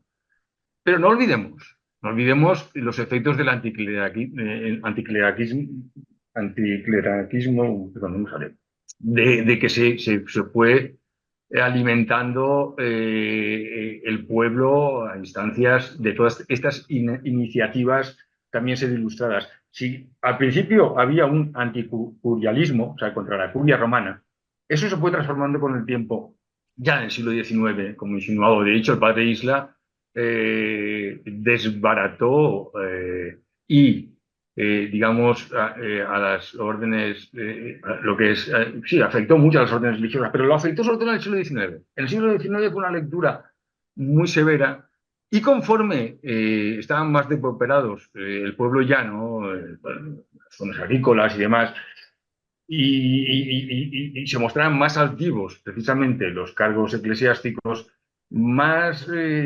conflicto se producía y más rechazo de todo el clero, ¿no? De ahí a imputarles que no acabe de que con la época de la Restauración, con el levantamiento de Primo de Rivera, se fue alineando cada vez más la Iglesia Católica con el autoritarismo ejercido por nuestros políticos, ¿no? Y esto, con la gente muerta de hambre, produjo lo que produjo, que fue muy feo, eso de quemar iglesias y todo lo demás, pero la gente cuando se desmanda las revoluciones, son las revoluciones, eso es lo que lleva, ¿no? Fíjate lo bien que empezó la Revolución Francesa y cómo acabó en el terror desastroso. Juan Diego, por favor. Bien, buenas tardes y gracias, Joaquín, por tu exposición que nos está permitiendo tener un debate muy interesante, ¿no? A mí me ha llamado la atención, venía con interés porque de los 100 seminarios estos que llevamos, el primero en el que aparece la palabra catolicismo es el de hoy. Y para mí, que soy católico, pues la verdad que era muy llamativo, ¿no? Bien, pero además de católico, yo vengo aquí como alguien que quiere pensarlo todo. Entonces, cuando nos ponemos delante a la Iglesia, como es el día de hoy, la Iglesia católica, pues no se trata de verla desde un punto de vista confesional, sino de verla como un elemento de la sociedad en la que estamos, de nuestra realidad y pensarla, ¿no? Así lo llevamos haciendo muchos años y hay algunas afirmaciones de Antonio en este sentido que son muy interesantes porque nos permiten tener una pauta de interpretación, ¿no? Como por ejemplo la figura del obispo como sustituto del filósofo, o la idea de que la filosofía en nuestro país se mantiene precisamente como en otros países europeos a raíz de la pervivencia de la Iglesia Católica, cosa que no ocurre en otros países europeos de raíz protestante, digamos, ¿no? En fin, que me parece que esos asuntos son muy importantes y te agradezco que nos hayas dado pie a hablar de ellos. Yo personalmente te pido perdón porque no he leído una sola palabra de Feijóo. Para mí el siglo XVIII está entre Leibniz y Gibbon, que son los dos grandes autores a los que he leído, pero no he dedicado tiempo a leer a los españoles de esa época, lo cual no me lleva a pensar de ninguna manera que desde entonces aquí, o desde el siglo XI aquí, o desde el siglo II aquí, no tengamos filósofos en España. A mí eso de decir este filósofo, este no es filósofo, sobre todo por sus obras escritas, la verdad es que no termina de convencerme, ¿no? Pero bueno, más allá de eso. Si el siglo XVIII, por lo menos para mí, empieza con Leibniz y termina con Gibbon, la obra de Gibbon, el Decline and Fall, que tantas veces hemos tratado aquí ya, marca en el fondo una decadencia, no solo del Imperio Romano, sino del cristianismo como sustento de todo ese imperio que había aguantado tantos siglos, ¿no? Entonces, me da la sensación que Feijóo y los otros ilustrados se sitúan ante el catolicismo como una realidad decadente y así intentan, de alguna manera, pues reflotarla, extraer de ahí lo más importante, lo que todavía puede dar un fruto, pero ellos perciben que es algo que se está hundiendo. Creo que no serían menos entusiastas en sus apreciaciones que con algunas de las que se han hecho hoy aquí, que la Iglesia Católica no sé qué, que la Iglesia Católica no sé cuánto. No sé hasta qué punto conocéis la Iglesia Católica. Los que estamos dentro, por ejemplo, ahora mismo hay un movimiento muy importante, muy importante. Hay una tensión entre Roma y España en relación con la formación del clero. Y esto está llevando a tensiones importantes entre el Papa y los obispos españoles, por la idea de que los seminaristas tienen que formarse en entornos más o menos grandes, numéricamente, ¿no? De un seminario con 10 personas, pues no se considera oportuno, tiene que haber un seminario con 30. Pero esto supone quitarle a las diócesis la posibilidad de formar a su propio clero y mandarla a la metrópoli. Perdona, Juan Diego, pero esos son seminaristas de 30, ¿hay alguna mujer entre Ah, ellos? no, Antonio, No, claro. no. Hay cosas en las que todavía o nunca vamos a dar ciertos pasos. No lo sé. La verdad que eso sería para otra conversación. Pero voy llegando a la pregunta, Joaquín, que no me quiero enredar, pero sí quería situarme, ¿no? Entonces, teniendo nosotros delante el Brexit, Rusia, dos situaciones que hemos comentado muchas veces y en las que por detrás hay un glutinum, por mencionar a Vives que se ha nombrado también, hay un glutinum que hace que ciertos colectivos sociales, ciertos proyectos subjetivos de vida en común se atrincheren. Por un lado la Rusia de Putin, por otro lado el Brexit. En los conflictos que vienen para este siglo y para el siglo que viene en Europa, que van a venir, y uno de ellos va a tener como protagonista seguro la presencia cada vez más grande del Islam en Europa, ¿no crees tú que puede haber una ocasión de que el catolicismo vuelva a ser utilizado por la razón de Estado como el glutinum que permita a la Unión Europea sostenerse entre un Brexit, entre una Rusia, entre una África en la que, por cierto, el catolicismo está creciendo muchísimo? Es decir, esa estructura decadente y ese mundo decadente que muchos veis, y yo también veo, el catolicismo, no tiene todavía, fíjate desde los tiempos de Feijóo aquí, cuántas veces se ha vuelto ahí al baúl del catolicismo para darle ropas a la razón de Estado, ¿no? Y Antonio ha sacado el caso de Franco. ¿Tan agotado está el catolicismo que ya no puede ser el glutinum de Europa? Ahí me quedo, gracias. Pues yo te comentaría que el problema que tienen estos autores con el catolicismo es precisamente, como te he dicho, estaban muy vinculados y eran profundamente creyentes y asumían inconfesionalmente la religión. Es su corrupción. El problema es la deriva y la corrupción ya no solo en el marco de las pequeñas ilusiones tormentosas del pueblo llano, sino de la institución. A ellos lo que les preocupa es, lo que les interesa es volver al origen. Es una actitud muy filosófica, en el sentido de, Pero, Joaquín, perdona, recordemos aquello de Ortega en la misión de la universidad, la distinción entre el uso y el abuso. Y dice, el problema no son los abusos se pueden corregir. El problema es si la institución sigue teniendo un uso, o por lo menos así entendí yo aquel texto.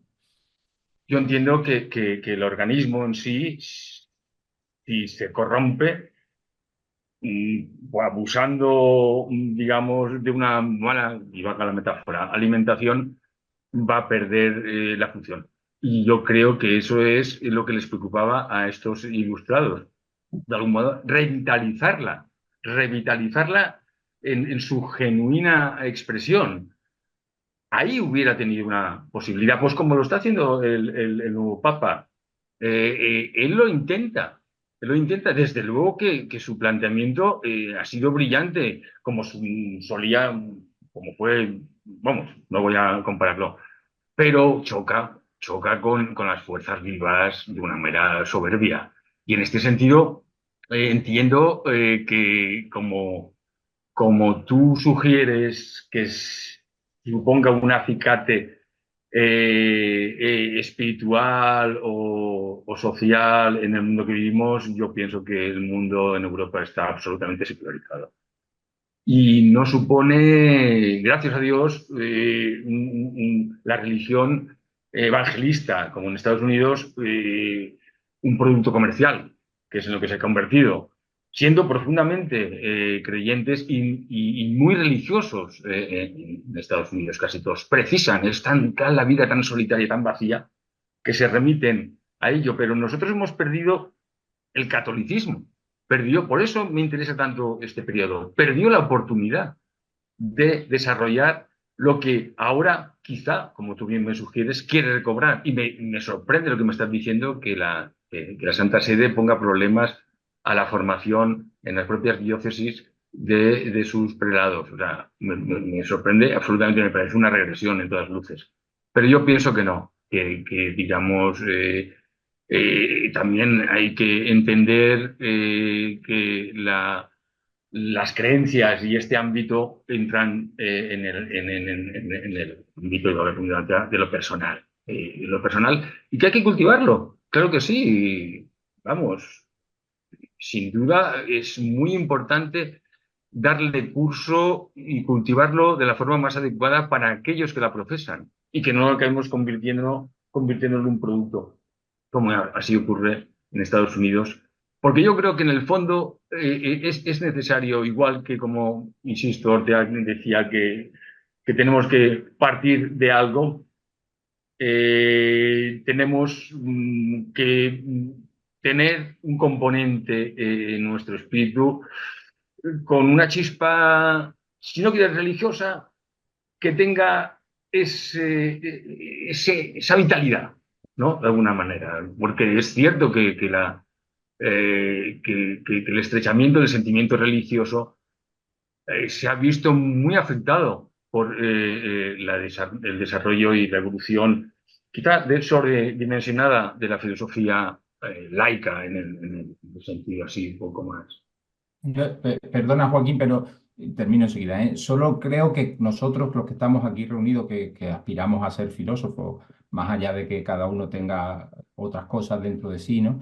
Pero debemos estar abiertos a lo inesperado, porque tanto en el tiempo de Feijóo como antes, en el siglo XII, Hugo de San Víctor escribe ese texto maravilloso, ¿no? El Didascalicon, que es fruto de un monacato que se está acabando, pero unos años más tarde van a aparecer Francisco y Domingo y van a transformar Europa. O sea, es decir, ¿quién nos dice a nosotros que dentro de 50 o 70 años no aparece algo, una fórmula que tomando el catolicismo como base vuelve a revolver, perdón por la redundancia, vuelve a transformar Europa? Solo lo digo que lo tengamos ahí, que no es la primera vez a lo largo de estos últimos 20 siglos en lo que ocurre algo así. Muchas gracias. Hombre, el problema yo entiendo que es otro, y es que estamos perdiendo la condición del ser humano por excelencia.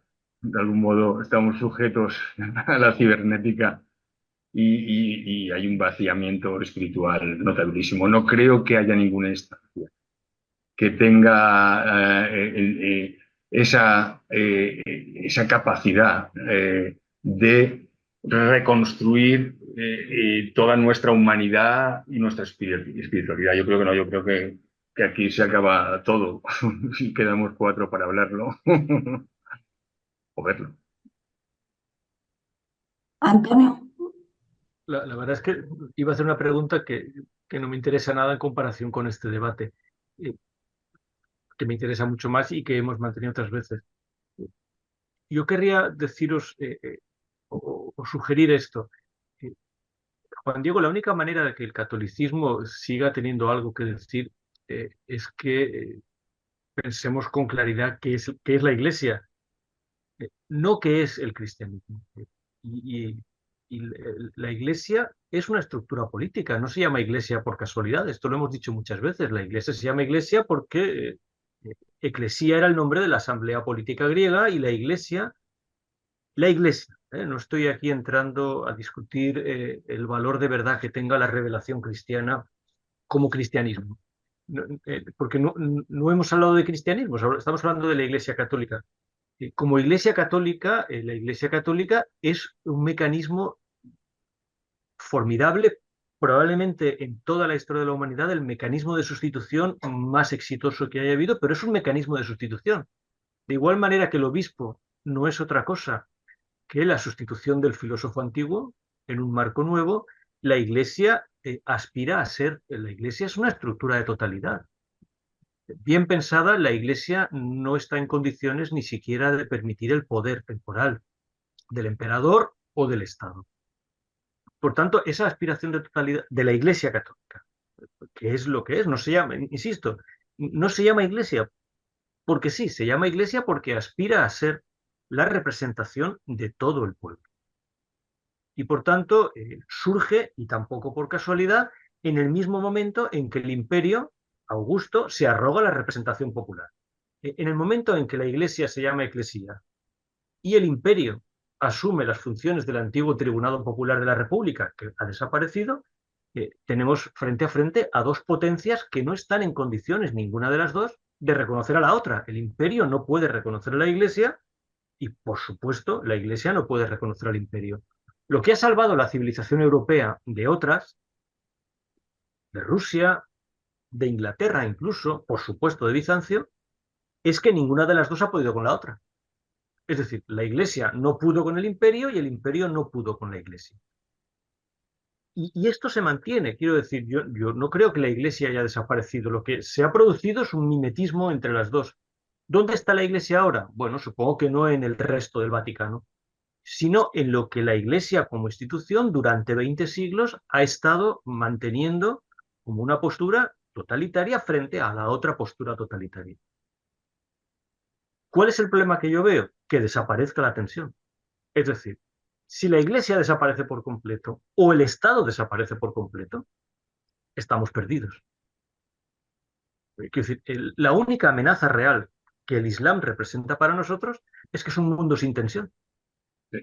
No hay una Iglesia islámica en condiciones de enfrentarse a un Estado islámico. El Estado islámico y el mundo islámico son la misma cosa. Por tanto, es un mundo unitario en el que no hay ninguna tensión y esa es realmente la amenaza.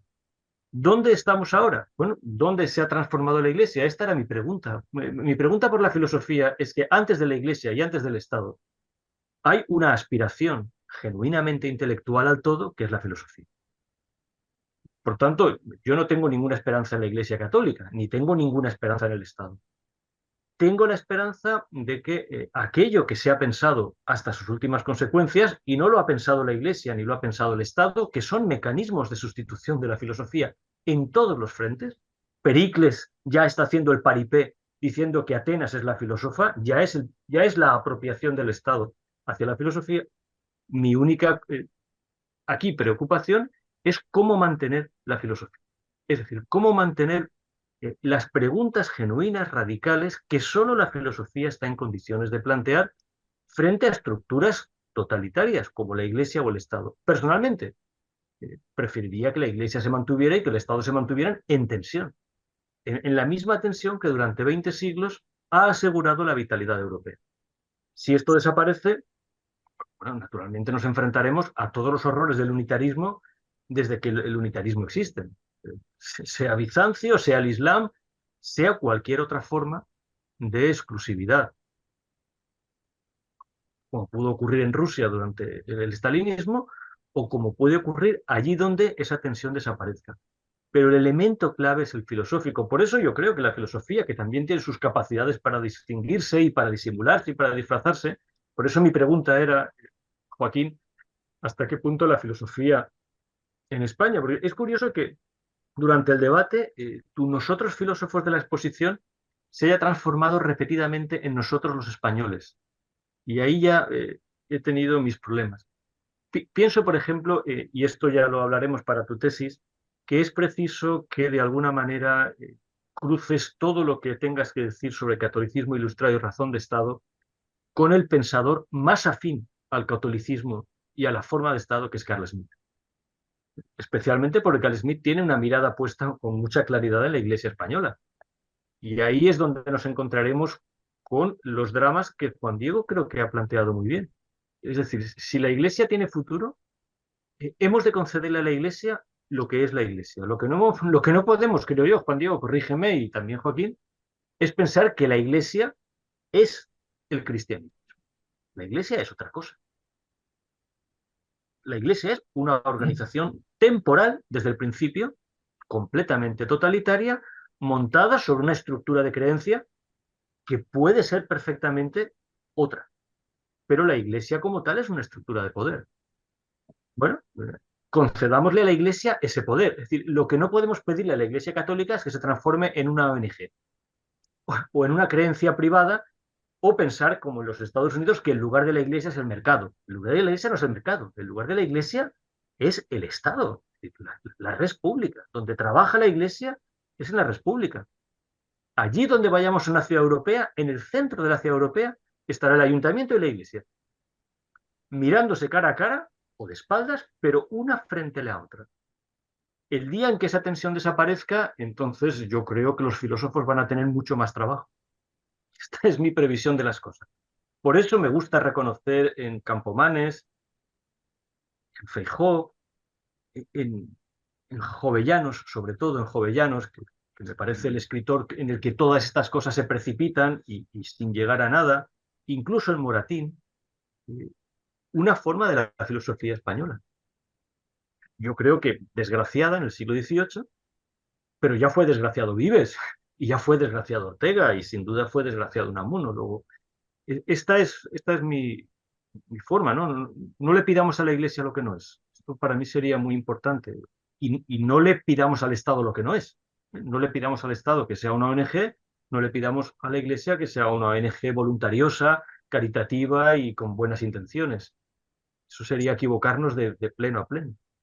Perdón por la extensión. ¿No? Sí, tienes razón. El tema de Smith es muy, muy interesante y tengo que abundar en ello porque no es algo que tenga muy, muy, digamos, estudiado en el presente. Lo que la filosofía nos puede aportar hoy, yo entiendo que esa actitud crítica, esa función crítica insobornable e independiente, que es muy difícil de poder ejercerla hoy en día, en tanto en cuanto está enmascarada y mediatizada de todas maneras y vamos, tanto como que no hay un interés, esto es, un desinterés por afrontar con una actitud noble los asuntos. Y yo creo que por ahí es por donde podríamos ir. Y este escenario, este foro de debate es el que puede ayudarnos a dar pie. Pero de todas maneras le doy poco recorrido, digamos, en cuanto a el alcance, el efecto que podamos obtener de él, como en muchos casos se da el descubrimiento por parte de un investigador periodístico y la tradición periodística es muy marcada. Se le calificó a Feijóo de periodista, pero es un divulgador muy, muy agraciado que consiguió cuestionar, haciendo llegar esos problemas y esos análisis tan acertados que hizo de los asuntos que trató, como el propio Unamuno y Ortega, que también tuvieron su recorrido en ese sentido. Yo entiendo que la filosofía tiene ese futuro, pero lo que no tiene son receptores, en el sentido mayoritario del término.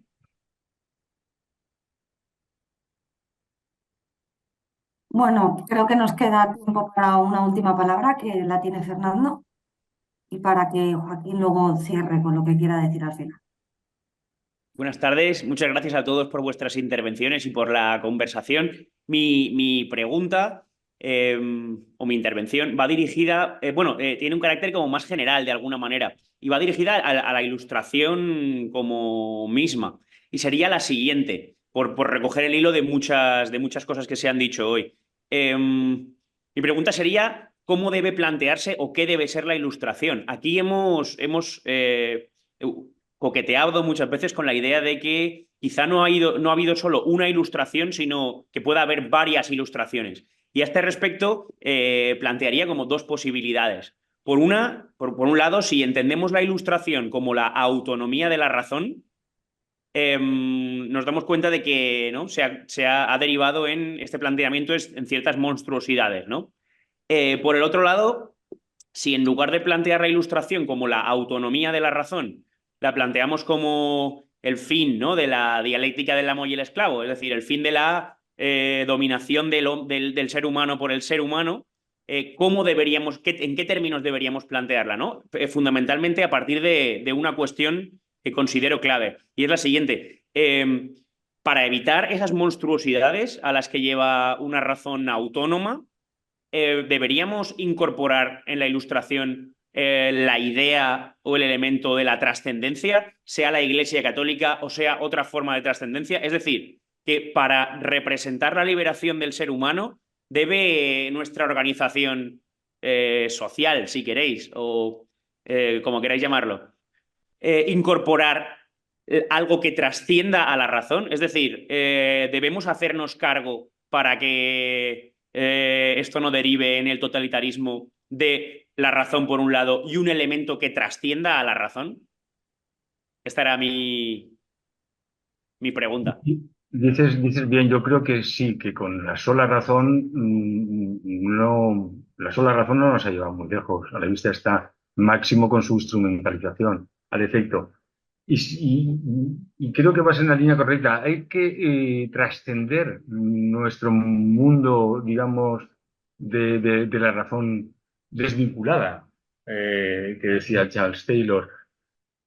Tenemos que asumir, de alguna manera, algo que trascienda, pero que al mismo tiempo, y este coreano lo ilustra bien, no sé cómo se pronuncia, en el que lo ritualístico se incorpore, digamos, como un ejercicio de comunidad que permita trascender al sujeto su condición limitada. Hay algo por ahí y pienso que es preciso. Con la sola razón es difícil y eso es algo que me ha dado muchos problemas. De hecho, yo he sido muy seguidor de pensadores irracionalistas, Nietzsche a la cabeza, Cioran en un momento determinado. Han sido lecturas muy juveniles, pero que me marcaron en su momento. Y entiendo que después, con la teoría crítica, la razón, vamos, y con el desarrollo industrial, la aplicación de la razón en el despliegue industrial o en el sistemático asesinato de las personas en Auschwitz, ha sido muy perjudicial para la especie humana en general. ¿Una alternativa? Sí, trascender. ¿Trascender? ¿De qué manera? Pero trascender personalmente, individualmente, no sucede.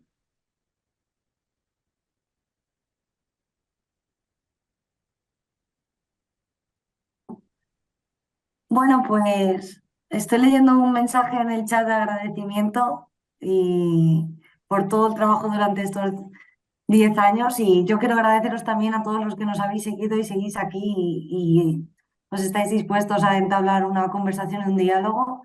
Muchas gracias, Joaquín, por una tarde donde yo estaba todo el tiempo apuntando muchas ideas y muchas reflexiones interesantes. Os lo agradezco mucho y nos vemos la semana que viene para volver un poco en el tiempo hacia atrás, para centrarnos en Homero. Así que os emplazo a que pues sigamos hablando. Muchas gracias, Antonio. Gracias a todos, hasta la semana que viene.